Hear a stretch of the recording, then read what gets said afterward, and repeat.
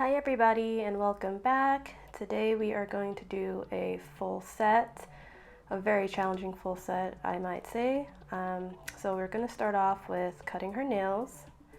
After cutting the client's nails, we're going to go ahead and file. This client has really, or her hyponychium underneath her nail protrudes a lot, so yeah, it's kind of difficult because I'm trying my best not to like file her hyponychium too much or cut them or anything like that. But yeah, trim and file, push back the cuticle, of course. Nothing new about that. Always gotta push back the cuticle. Then we're gonna go in with a sanding band and just etch her nail, remove the shine.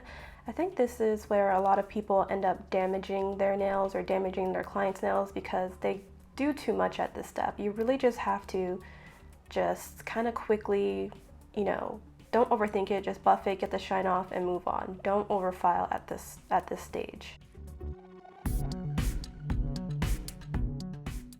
Now we're going in with this super tiny little, like kind of like needly, it's not like a needle, but it's a very small little cuticle bit, and I use this to get into the sidewalls and the cuticle area to help clean the nail.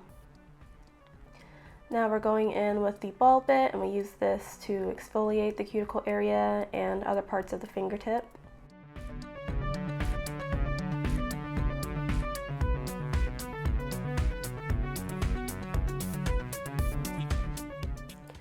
Now this part, it was the most challenging part about this particular full set I was doing. As mentioned before, this client does have really protruded really protruded hyponychium. It really just sticks out under her fingernail, and so you're gonna have to go in and really customize this form to her nail. It was extremely awkward to do this on camera, so that's why I only showed one nail, but I try to, show exactly like what you need to do and make sure it fits, make sure there's no gaps. I think there's like a tiny little gap in this one, but that's okay. After all the forms are on, you're gonna go ahead, dehydrate, and prime the nails.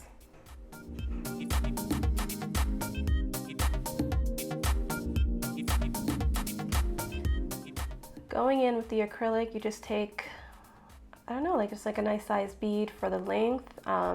She wanted, I guess I would call this kind of like medium length.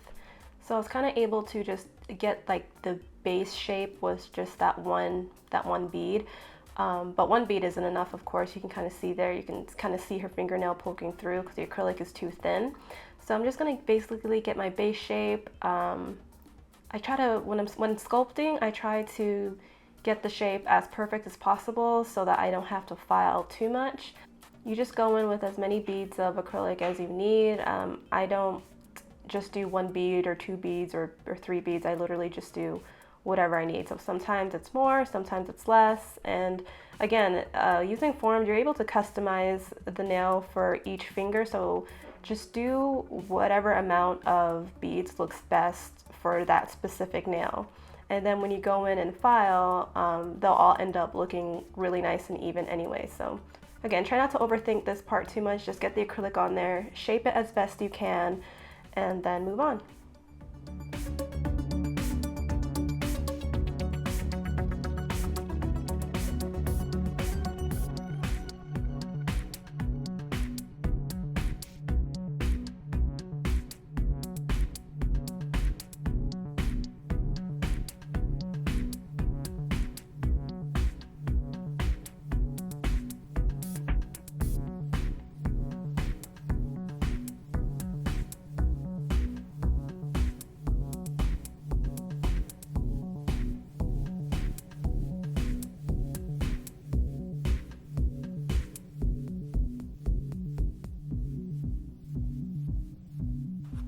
So we've got all our nails on, a nice foundation. So I'm gonna go in, I do this step, I just quickly kind of like shape the nails to how I want it to look at the ends. Just remove any extra like bulkiness like on the sidewalls before I go in with my e-file.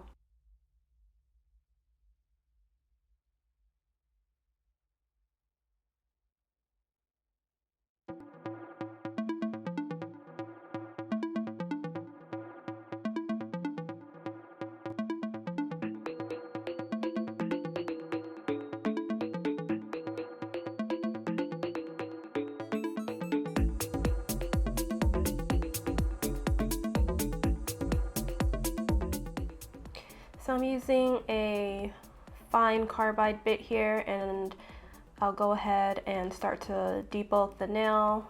Again, for this finger actually was really thick for some reason, so I did have to do quite a bit of filing, but that's okay. It's better to have a little bit too much acrylic than not enough, because you never want to have to like go back and add more acrylic after you've just done all that on all the nails. So I'll just go ahead and debulk as much as I need to, make sure I get like a nice, I start to see the nail kind of like coming through for like the final result, if that makes sense.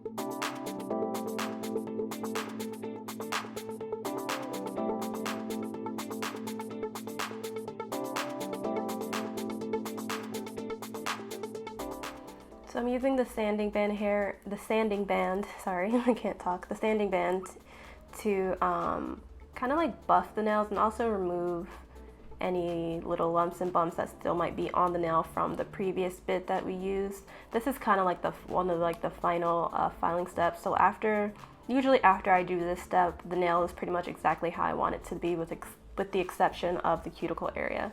So just go ahead and do this on all the nails and make sure they're nice and buffed and prepped for gel polish.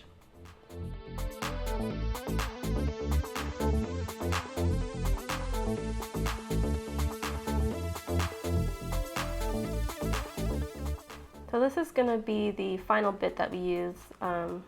This is a coarse diamond cone bit, and then I'll just use this around the cuticle area to make sure the acrylic is nice and flush to her nails, so that when her natural nails grow out, it's a nice smooth transition. So for the polish application and design, we're gonna go in with my favorite like sheer pink color that I use for all my ombres and all of my French designs, which is Put It in Neutral by OPI. I'm gonna coat this on, one coat of this on all her nails, and then we're gonna move on to the design.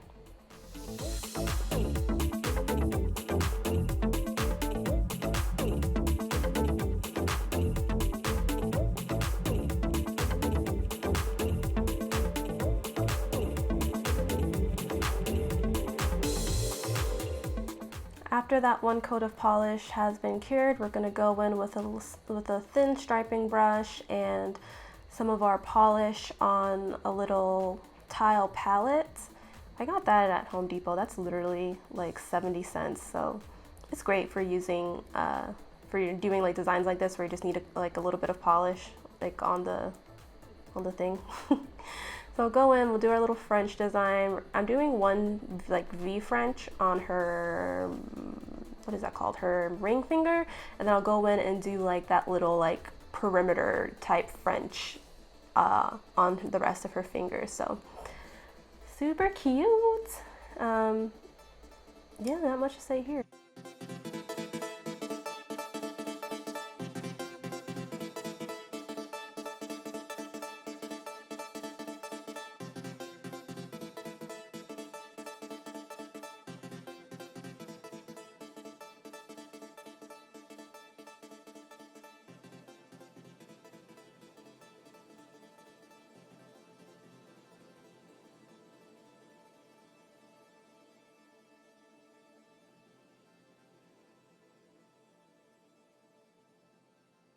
So these are her nails before our full set.